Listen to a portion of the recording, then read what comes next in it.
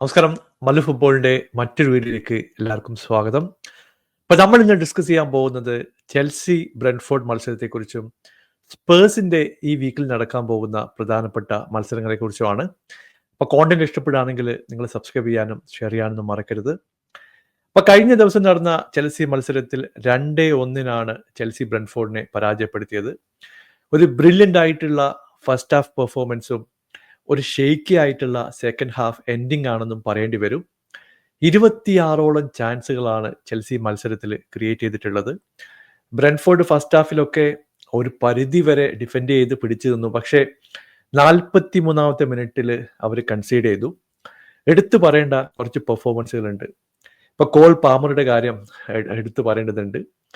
EPLന്റെ top goal സ്കോറുകളുടെ പട്ടികയിലേക്ക് call Palmer 10 ഗോളുകൾ അടിച്ചുകൊണ്ട് പതുക്കെ വന്നിട്ടുണ്ട്. കൈസേഡോ ആ ഒരു DM എന്ന റോളിൽ കത്തിക്കയറിക്കൊണ്ടിരിക്കുകയാണ്.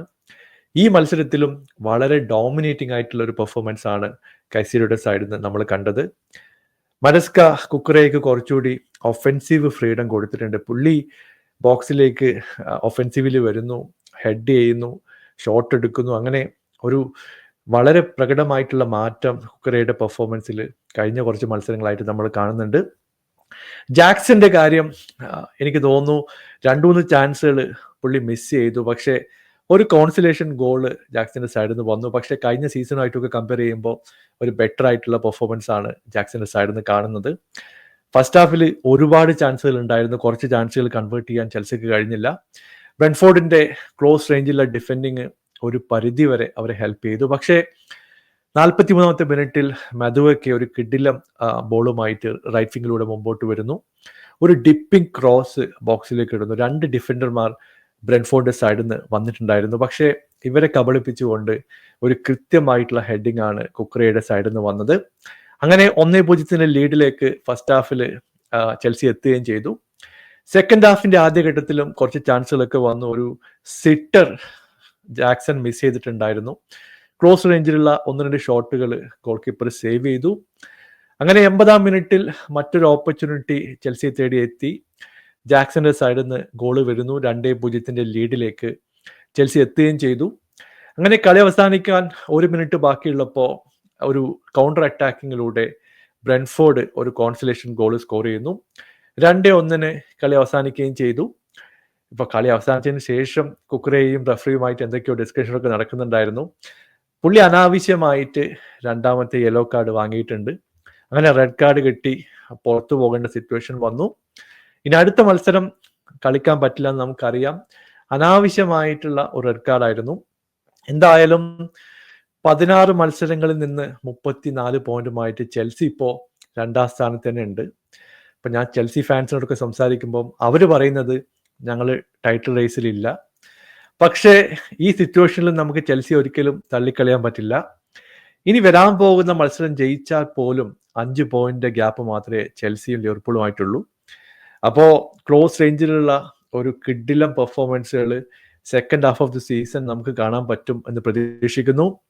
മരസ്കയുടെ മറ്റൊരു ബ്രില്യൻ വർക്കാണ് നമ്മളിന്ന് കണ്ടത്. ഇപ്പൊ സ്പേഴ്സിന്റെ സൈഡിൽ നോക്കിക്കഴിഞ്ഞാൽ സൗത്താംപ്ടനെതിരെ 5-0 ഒരു വിജയമാണ് സ്പേഴ്സ് നേടിയിട്ടുള്ളത്. എല്ലാവരും സ്കോർ ചെയ്തു. എടുത്തു പറയേണ്ടത് മാഡിസൺ കളി തുടങ്ങി ആദ്യ മിനിറ്റിൽ തന്നെ സ്കോർ ചെയ്യുന്നു. പിന്നീട് സോണിന്റെ സൈഡിൽ നിന്ന് ഒരു അടിപൊളി ഗോള് വരുന്നു. കുളസസ്കിയുടെ സൈഡിൽ നിന്ന് ഗോള് വരുന്നു. സാറിന്റെ സൈഡിൽ നിന്ന് ഗോള് വരുന്നു. അങ്ങനെ 25 മിനിറ്റ് കഴിയുമ്പോഴത്തേക്കും നമ്മൾ 4-0 ലീഡിലേക്ക് എത്തുകയും ചെയ്തു. എനിക്ക് തോന്നുന്നു സൗത്താംപ്ടന്റെ ഡിഫെൻഡിങ് ബിലോ ആവറേജ് ആണെന്ന് പറയാതിരിക്കാൻ വയ്യ. ഒരുപാട് മിസ്റ്റേക്കുകൾ ഉണ്ടായിരുന്നു. ഗോൾ കീപ്പറൊക്കെ 1-2 ഷോട്ടുകൾ സേവ് ചെയ്യേണ്ടതായിരുന്നു. അങ്ങനെ ആകെ മൊത്തം പ്രശ്നത്തിലൂടെയാണ് സൗത്താംപ്ടൺ മുന്നോട്ട് പോകുന്നത്. അവരുടെ മാനേജറെ ഈ മത്സരത്തോടെ സാക്ക് ചെയ്യുകയും ചെയ്തു. ഇനി മറ്റൊരു റെലിഗേഷനിലേക്ക് പോയി കഴിഞ്ഞാൽ തിരിച്ചു വരിക എന്ന് പറയുന്നത് അത്ര ഈസി ആയിട്ടുള്ള ഒരു കാര്യമല്ല. എങ്ങനെയെങ്കിലും പ്രീമിയർ ലീഗിൽ പിടിച്ചേക്കാൻ വേണ്ടിയിട്ടായിരിക്കും സൗത്താംപ്ടൺ ഇനി പ്രയത്നിക്കാൻ പോകുന്നത്. അങ്ങനെ ഒരു കിടിലം വിക്ടറി നമ്മൾ നേടിയിട്ടുണ്ട്. പക്ഷേ ഈ വീക്ക് സ്പേഴ്സിനെ സംബന്ധിച്ചിടത്തോളം ക്രൂഷ്യൽ ആയിട്ടുള്ളൊരു വീക്കാണ്. കാരണം മിഡ് വീക്കിൽ EFL കപ്പിന്റെ ക്വാർട്ടർ ഫൈനൽ മത്സരം മാഞ്ചസ്റ്റർ യുണൈറ്റഡിനെതിരെ വരുന്നുണ്ട്. അതൊരു മസ്റ്റ് വിൻ ഗെയിമാണ്. കാരണം ഒരു കപ്പ് കോമ്പറ്റീഷനിൽ ഫൈനലിലേക്ക് എത്തേണ്ടത് പോസ്റ്റ് കോബ്ലിനെ സംബന്ധിച്ചിടത്തോളം ക്രൂഷ്യലാണ്. ഇപ്പോൾ വീക്കെൻഡിലേക്ക് വരുമ്പോൾ ലിവർപൂൾ വേഴ്സസ് ടോട്ടനം മത്സരം നമ്മുടെ സ്റ്റേഡിയത്തിൽ വെച്ച് നടക്കാൻ പോവുകയാണ്. അതും എനിക്ക് തോന്നുന്നു ഒരു ടൈറ്റ് കോമ്പറ്റീഷൻ ആയിട്ട് മാറാനുള്ള എല്ലാ സാധ്യതയും കാണുന്നുണ്ട്. എന്തായാലും ആർച്ചി ഗ്രേയൊക്കെയാണ് ഡിഫൻസിൽ കളിക്കുന്നത്. നമ്മളെ പ്രൈമറി ഡിഫൻഡേഴ്സ് ഒക്കെ പുറത്താണ്. എന്നിരുന്നാലും ഒരു നല്ല പെർഫോമൻസ് ടീമിന്റെ സൈഡിൽ നിന്ന് ഞാൻ പ്രതീക്ഷിക്കുന്നുണ്ട്. നിങ്ങളുടെ അഭിപ്രായം താഴെ അറിയിക്കുക. പുതിയൊരു വീഡിയോയുമായി വീണ്ടും കാണാം. Thank you so much for watching. Bye for now.